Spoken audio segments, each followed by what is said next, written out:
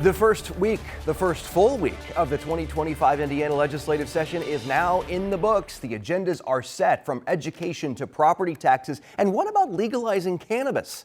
Also, could a handful of Illinois counties really join Indiana?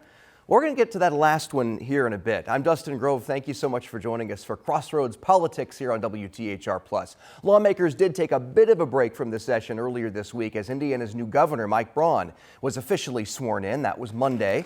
Took place at Hilbert Circle Theater here in Indianapolis, and it is the beginning, of course, of a new era in Indiana politics. Our Emily Longnecker was there to see it happen. Emily, the governor had a message at his inauguration that really echoed what we heard from him during his campaign.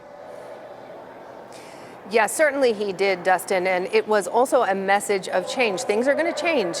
Mike Braun is now Indiana's 52nd governor after a Monday morning inauguration ceremony in downtown Indianapolis that featured all the pomp and circumstance with music and top state leaders. Braun ran on a ticket of running the state of Indiana like a business, and after his swearing in, he doubled down on that appeal to business values.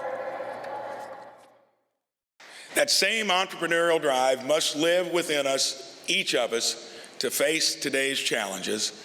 Let us listen to this higher calling of our Hoosier spirit.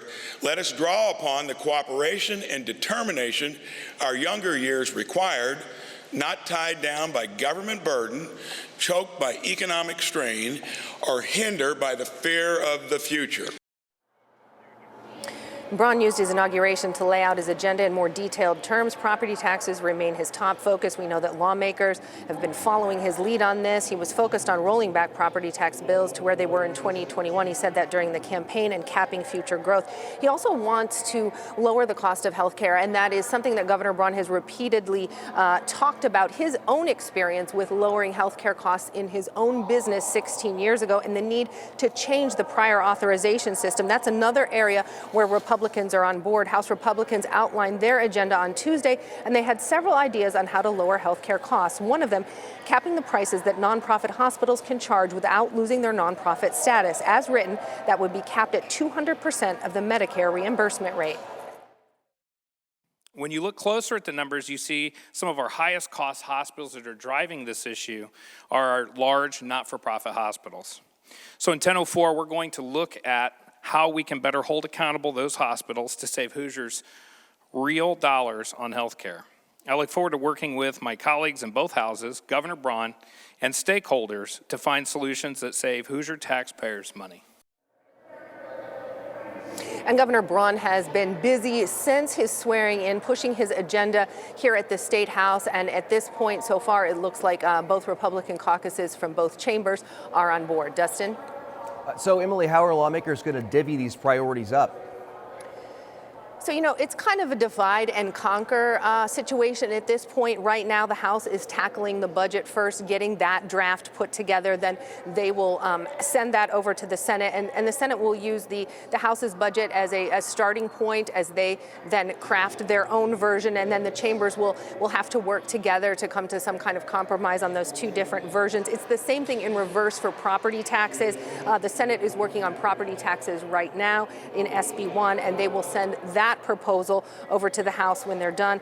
Leaders are making it clear, though, at this point, not to expect any real specific details. Those are still in the works. Dustin? Yeah, we've heard that reiterated a number of times this week. This is just the beginning. Emily, thanks. We're going to check back with you in a bit. I want to bring in Nikki Kelly, the editor of the Capitol Chronicle right now. Thank you so much for being with us again this week. So we have a new governor. Everyone's essentially put their cards on the table, so to speak, when it comes to priorities. Any big surprises? No, I think they're the big ones that we expected. The House is obviously going to focus a lot on the budget and the health care bills. There have been a number of health care bills in the past, and they come out sort of strong, and then they sort of get dialed back after the session. I mean, the fact is that the hospital industry, the healthcare industry, there are a couple things. They're very strong lobbying, but also it's hard, you know, everyone wants one villain, but there's not one villain in the healthcare industry. Everyone has their own role to play, and everyone's kind of making it more expensive at once. So it's going to be hard to see that move forward, but I'm excited about several of the bills that they unveiled this week. I talked with the group Hoosiers for Affordable Healthcare. They've been pushing to lower costs, especially when it comes to hospital costs. In particular, they cite reports that our costs, I know you've reported, our costs here are considerably higher than the national average, and that there's essentially not enough competition. They have likened this to a David and Goliath fight. Let's take a listen here. We're business people, and we've been in business for 30 plus years, and we've experienced, as a business owner, the continued excessive increases in healthcare costs. And every business owner and every Hoosier family has experienced this. And we just reached a point where somebody had to do something. The Indiana Hospital Association says, look, prices are moving in the right direction. But this idea that you have the newly elected governor identifying this as a priority, you have the House leadership saying this is something we want to get through. Do you think that that gives them some momentum maybe that they didn't have in the past? Or have they had that in the past? I mean, like I said, the last couple of years, we've started out strong. Last year, the Senate unveiled a priority bill on prior authorization. Didn't even get it past their own chamber. They pulled it themselves when they realized how hard the fight was going to be. And hospitals are a key place to watch. And the Hospital Association is right. Those prices have come down compared to that first study that was so critical. But, you know, there's more at it. There's insurance companies, there's prior authorization, there's pharmacy benefit managers. Everyone is part of this system that's causing these high health care. And so, you know, it's hard to pin one section down, you know, the balloon, and you press one and it goes up over here. Also, the big problem with healthcare prices is they're never really fighting for a cut. Like, you are never going to see a cut. You're going to see a decrease in the growth. And that's hard to show that you're winning that way. You know, even if you're decreasing the growth, you're still paying more. A complicated issue in a year where they've got to pass a budget too. All right, more to come with Nikki in just a moment.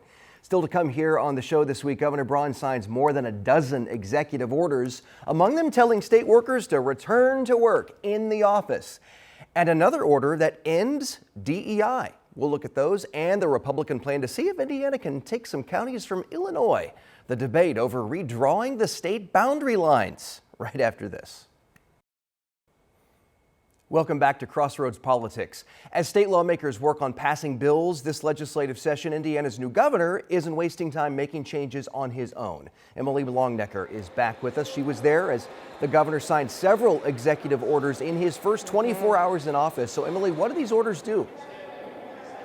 Well, they change a lot of things, Dustin. First off, Governor Braun created Indiana's first cabinet. Now, we know he named those cabinet members earlier this month, but this week he signed the orders formally creating those positions. He also signed an order requiring state employees to return to work.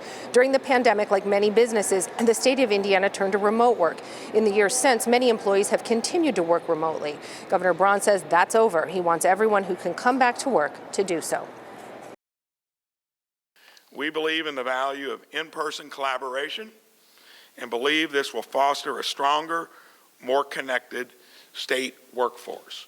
Again, even though I wasn't in charge of it, during the whole COVID navigation, those places that erred on that approach, respecting what we were being challenged with, were the ones that landed on their feet in the long run. And to me, that ability to collaborate is important, and we think that will foster a stronger, more connected state workforce. Braun did say there could be some exceptions to that order. The new governor also signed an executive order ending the state's diversity, equity, and inclusion efforts, or DEI. Those are efforts to help people in traditionally marginalized communities who may face discrimination in hiring. Braun says he will replace that with what he calls MEI, merit, excellence, and innovation. Now, DEI has become a key grievance for many conservatives who feel it puts unqualified people in positions just to meet a quota. A recent Supreme Court ruling blocked colleges and universities from considering race in college applications. Braun highlighted that ruling as he signed his fourth executive order on Wednesday. And we're directing agencies to examine policies and procedures to ensure compliance with recent Supreme Court ruling, and we are closing the Chief Equity Inclusion, and Opportunity Office. And remember, merit, excellence, and innovation. More than anything else since he was sworn in, that executive order has earned the governor quite a bit of pushback. The Indiana Black Legislative Caucus responded almost immediately, issuing a statement. State Representative Earl Harris, chairman of the IBLC and a Democrat representing Indiana District 2, released a statement which said in part, based on the 2020 disparity study conducted for the Indiana Department of Administration, it's clear to me that Indiana is not meeting its goals for equitable hiring and contracts. Let's be clear, DEI practices are not about giving any group of people a handout. It's about helping people who have been historically overlooked a hand up. Senate Democrats joined in with Senate Minority Leader Shelley Yoder, adding, quote, eliminating these programs is more than a misstep. It's a deliberate choice to ignore what makes Indiana stronger and more competitive. DEI doesn't just improve lives, it transforms them, breaking down systemic barriers and ensuring that every Hoosier has the chance to succeed. Now, despite these strong words, there isn't much at this point that lawmakers can do about those executive orders. Dustin? A lot of people weighing in passionately on this particular issue. Seems like a lot of people at home, meanwhile, are saying, what exactly is DEI? What does it mean? Right. Our 13 News reporter Karen Campbell went out into the community to learn more about that. Watch. Replacing DEI in government with MEI, merit, excellence, and innovation. That decision by Governor Mike Braun isn't sitting well for some Hoosiers. With the swipe of a pen, he rolled it back 50 years in the state of Indiana. Pastors Wayne Moore and David Green Sr. say they were appalled at Braun's executive order. We were underperforming in terms of DEI already as a state, in terms of black businesses, minority businesses getting business in Indiana. So to come out and say, okay, what we're going to do is eliminate that from day one was just alarming. Under the order, executive branch state agencies should not use state funds or resources to support DEI programs if they grant preferential treatment based on a person's race or ethnicity. Pastors say the order creates a disadvantage for smaller businesses. How do you prove merit? You got to first get your first opportunity to prove that I can get to my second opportunity. And if you reduce those, I'll never get to opportunities 10, 11, and 12 because somebody can easily say, well, this other company had more merit than you. Another issue, pastors say Indiana is behind in achieving objectives from a disparity study to increase minority participation in business. And if you're woefully behind now, you don't expect that we're going to be all of a sudden increasing it because we've just said to larger businesses, you don't have to be inclusive. All concerns these clergy will be keeping their eyes on. Just signed his name and rolled back the history of all of that was put together to make the state what it is. He did it. And we're going to have to rebuild it. There's no question about that. He tore it down with a pen. That was our Karen Campbell reporting. So, Emily, obviously a controversial order there. The conversation continues. Were there any other big issues? Well, you know, nothing that got the reaction like that DEI order got, but Governor Braun also signed a couple of workforce-centered orders. One eliminated degree requirements whenever possible for state jobs. The other pushed to deregulate professional licensing organizations for non-emergency service jobs. Dustin?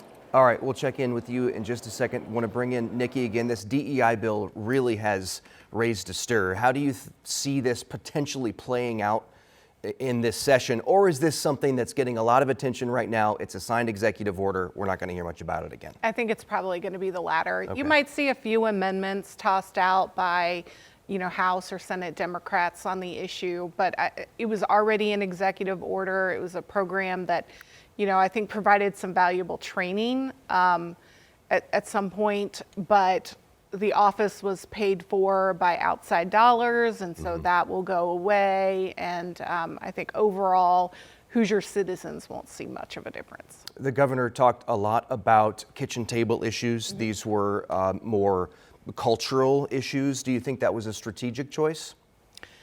Yeah, and I also think it was, he likes to use the phrase low-hanging fruit. I think it was an easy low-hanging fruit for him to go after. DEI has become this like monolithic statement, and now I'm sure you guys all see it on Facebook too or wherever. Basically, anytime anyone who's black shows up in a photo, they're like, oh, they're a DEI hire. You know nothing about that person or that person's qualifications. So DEI, I think, is a lot more than just a strict quota system. A lot of times it can be as simple as making sure where you're posting your job listings and whether you're getting it out to other races, genders, faiths. So unfortunately, the DEI conversation is ignoring, a lot of the good for a few of the sort of more stringent quota systems. We'll see where it goes from here. Obviously, we've seen a number of entities nationwide phase out their DEI offices as well. Absolutely. It's become extremely controversial, and businesses who have to make a profit are saying, whoa, we're just backing away from that. All right. Thank you, Nikki. Well, Thursday, Governor Braun unveiled the biggest part of his agenda, which is, of course, the state budget. He spoke to the press just before outlining the bill to lawmakers. Emily, these were some of the first specifics we've been given on the budget, and that includes asking every state agency to essentially tighten their belt. Yeah, Dustin, it all starts with budget cuts. We know that Governor Braun created his cabinet, and the first order of business he's asked those cabinet members to do is look for ways to save money in their areas. Braun said he wants each cabinet member to find an average of 5% savings. He did not have any specific cuts he wanted to make that will be on the cabinet. He said there would be low-hanging fruit, but they would look at everything. Braun also wants to phase out Indiana's tax on retirement savings. He also said he wants to increase K-12 spending by 2% a year for the next 2 years, but he said he isn't worried about how property tax cuts will impact some schools. Those school districts better have salted some of that away in their rainy day funds and not been mismanaging to where they did things to where they would need that kind of increase year after year. That would be called poor management. The ones that poorly managed how they spent it and overtaxed in the process are who we're going to get back down to Mother Earth. But Democrats say salting money away isn't a school's job. That job is to teach, and the state gives them the money to do that. The reason that the locals use property taxes to fund school is because of the failure of the Indiana General Assembly to fully fund public education in the state. It is the main responsibility of the state to fund education, and they shifted that burden to the locals. Democrats have made it very clear that they want to increase school funding, so a real point of contention here, Dustin. Yeah, Emily, how much money are we talking about here? So, that is a good question. Property taxes, as we know, are distributed locally. So getting a look at the entire state is kind of hard. But let's use Indianapolis as an example for the impact that this could have. In 2021, the city of Indianapolis anticipated about $384 million in property tax revenue. In this year's budget, the city estimated $474 million. So if property tax revenues rolled back, that would be $90 million, about 18% of the city's budget. And again, that is the city's budget. Most of the local money goes to those schools, but this is a separate fund, but that 18% drop would certainly hit them too. Yeah, significant drop, Emily, thank you. So, Nikki, we're talking about some big hits for some communities. Those communities, one would presume, will be pushing back on their state lawmakers. Do you think that those lawmakers are going to feel some pushback? Absolutely. And just to be clarifying, the bill itself doesn't actually say push back to 2021 levels. It's very complicated use of changing how the homestead credits are and things. And that means not everyone's actually going to see their bill go back to 2021. Good point. It depends how high your tax rate is, how much your house is worth. But what we do know from the fiscal impact statement on the bill is that in the first year, it's a minimum $1.1 billion cut for local units statewide. And most of that falls on schools, more than 500 million of it. So yeah, you're definitely going to hear from locals. And those were very strong words that Governor Braun was saying about school districts. And of course, you can always find examples of a school or a city spending too much on, I don't know, an extravagance. But the fact is we've had high inflation for like 3 years. And so these people are having to pay more for every single thing they do in every meal they provide to their students, every teacher gets a raise, their healthcare costs are going up. So it's not like they're sitting around just burning money, and that's sort of the way it came out. Yeah. From listening to the governor. You have the governor also saying, well, if a district wants more money, they should prove that to the voters, which is why he wants to see more referendums put to the voters to decide. Yeah, I mean, we already put the referendums to the voters. They want them in more high traffic elections, and that limits, how often schools can do it. And so, those are fair conversations to have, though. I mean, I definitely do see that schools they're not getting what they think is enough money from the legislature, so they are turning to these outside referendums, and that's therefore then increasing the property taxes. All right, moving on to another issue here. Let's talk about one of those issues that really got a whole lot of attention this week, kind of turned people's heads. This idea for a chunk of Illinois to leave and join the state of Indiana. Here's what started this whole conversation. Dozens of counties in Illinois have voted in the last few years to explore secession from Illinois. We're talking 33 counties since 2020. They've approved non-binding referendums. That means the people who live there have checked the box and said, yes, my county should explore forming a new state separate from Cook County, home to Chicago. Basically, they're saying they feel like their needs, their interests are so different from Chicago that they should just separate and form a new state. Well, Republican lawmakers here in Indiana heard that and are saying, hey, maybe you should just join our state. Not only that, they've made looking into that one of their priorities. The House majority announced their agenda this week, and one of the items is House Bill 1008. It would create a commission to help those Illinois counties become part of Indiana. Here's House Speaker Todd Houston. It's serious because these people have already decided. They've gone on the record. They've actually taken votes, 7 just in November alone, 7 counties in November alone who said they want to be part of Indiana. They want to succeed. They don't need to succeed. They just need to join us. In order for that to happen, you not only need Indiana lawmakers to sign off, you'd also need Illinois to sign off, and then the approval of Congress, since it's an interstate issue. Another issue is that it is not free. We spoke with some of the leaders of the Illinois secessionist movement, and they pointed out it has costs. G.H. Merritt with the group New Illinois said the problem is that Illinois is about $150 billion in debt. If you take 10% of the state, a portion of the debt will come like an evil dowry. Her words. Does Indiana want to take on $30 billion of debt? I kind of doubt it. And then you've got Indiana Democrats who say this whole debate is a waste of time, in part saying instead of passing universal pre-K or ending wait lists for health care, Indiana Republicans want to meddle in the internal affairs of our neighbors. This legislative session should be about Hoosiers, not political games. That statement coming from Democratic Party Chair Mike Schmuel. So what do you think of the plan here? I gotta be real honest with you. I was sick early this week, pretty rough, and I had a bad fever. And I sort of read it, and then like hours later thought I honestly had a fever dream.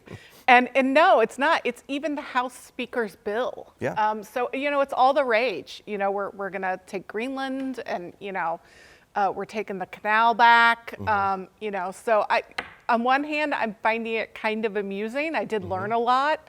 Yeah. That I was unaware of. I had no idea all of these counties wanted to leave Illinois. On the other hand, I obviously don't think it's going to go anywhere. And so, someone had to craft that bill. Yep. But it's also not unheard of. I mean, parts of Oregon have been trying to leave that state and join Idaho now, I think, for a couple of years. All right. Yeah. One of the many, many bills we will be watching very closely. Absolutely. Well, that wraps up this week's Crossroads Politics for Nikki Kelly and our State House reporter, Emily Longnecker. I'm Justin Grove. Thanks so much for joining us. We hope to see you next time.